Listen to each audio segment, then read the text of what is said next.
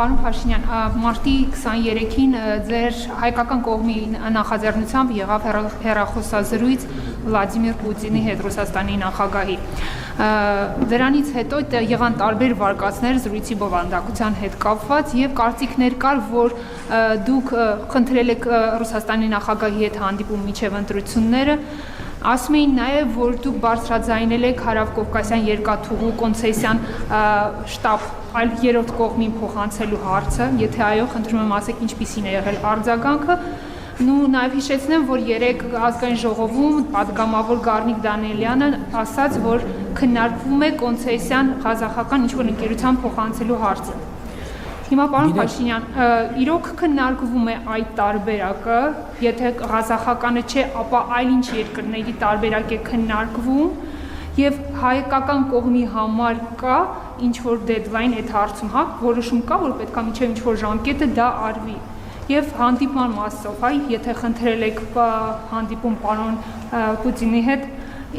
ապա ինչի է հենց ասում, որ միջև ընտրություններն եք խնդրել այդ հանդիպումը, ինչ դեր ունի դա ձեր համար։ Գիտեք ինչ, ես Հայաստանի Հանրապետության վարչապետն եմ եւ ես ինձ հաշիվ եմ տալիս Հայաստանի Հանրապետության վարչապետ լինելով, թե ինչ պետություն է Ռուսաստանի Դաշնությունը, ինչ պետություն է Միացյալ Նահանգները, ինչ պետություն է Ֆրանսիան, ինչ պետություն է Գերմանիան, ինչ է Եվրոպական միությունը։ Գիտեք, սովորաբար ես եմ իրենցից հանդիպում խնդրում եւ ոչ թե հակառակը։ Եվ դա նորմալ է։ Էդ էլ կա, չէ՞, բանը կներեք բանի նախկին էլիտայի հազար ներողություն, այդ բառը երևի լավ չի օգտագործել, բայց այդ վիպենդրյոշը, չէ, որ իրանք տենց ինչ որ, հա, ես խնդրում եմ բոլորին էլ հանդիպել, որովհետև ես բոլորին որ խնդրում եմ, ու դա ինձ համար բացարձակապես ոչ ամոթ է, ոչ էլ նվաստացուցիչ է, որովհետև ընդ որում ես ինչքան հանդիպումներ եղել է, հիմնականում հանդիպումները